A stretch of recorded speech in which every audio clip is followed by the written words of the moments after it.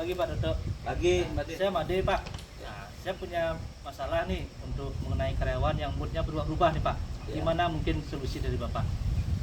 Jadi gini, Pak Made ya. Pak Made sebagai seorang pemimpin itu kadang sering dihadapi karyawan ini semangat kalau habis dapat gaji ya. Betul. Ya, begitu tengah bulan ngedrop lagi ya.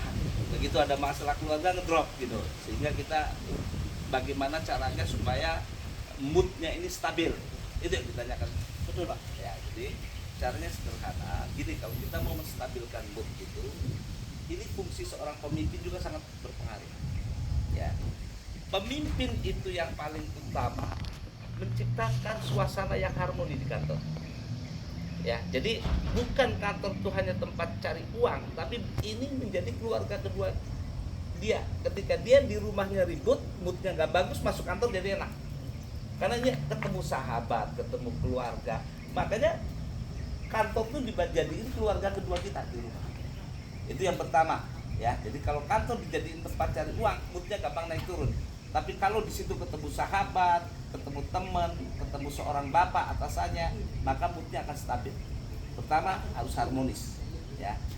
Kedua, di kantor itu dia harus tanamkan seorang pemimpin kayak Made ini harus tanamkan ke dia bahwa dia harus punya harapan. Mood itu tidak stabil ketika orang tidak punya tujuan dan harapan. Nah, apa? Di dalam harapan itu akan melahirkan keberanian, Made. Di dalam harapan akan menimbulkan energi, semangat. Nah, tanyakan harapan kamu apa? Nah, itu yang kamu kawal terus harapannya. Ekspektasi kamu apa? Ekspektasinya yang dikawal. Sehingga nggak akan pernah mati spiritnya. Orang yang nggak punya tujuan, berjalan tanpa arah atau berjalan tanpa tujuan, itu manusia itu akhirnya moodnya naik turun. Tapi kalau orang yang punya tujuan, konsisten dia. Karena kamu bantu untuk mencapai tujuan itu. Nah, itu yang kedua. Jadi pertama, bikin harmonis. Kedua, beri harapan.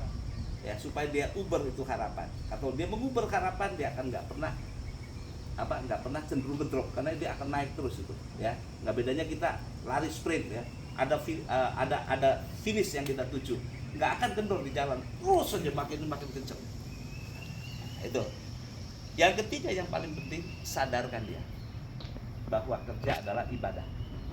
Ya, ketika dia moodnya naik turun akan berpengaruh ke prestasinya. Ya. Jadi masalah di dalam kehidupan itu selalu ada, nggak mungkin nggak ada masalah dalam hidup. Jelaskan bahwa hidup selalu ada masalah, tapi masalah itu bisa selesai dengan sendirinya, ya. Dan masalah itu bagian daripada kehidupan. Jadi kalau ada masalah, enjoy saja.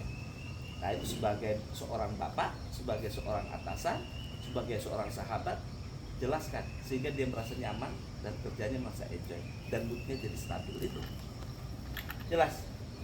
Jelas Pak. Ya. Terima kasih Pak Dodo. Ya, makasih.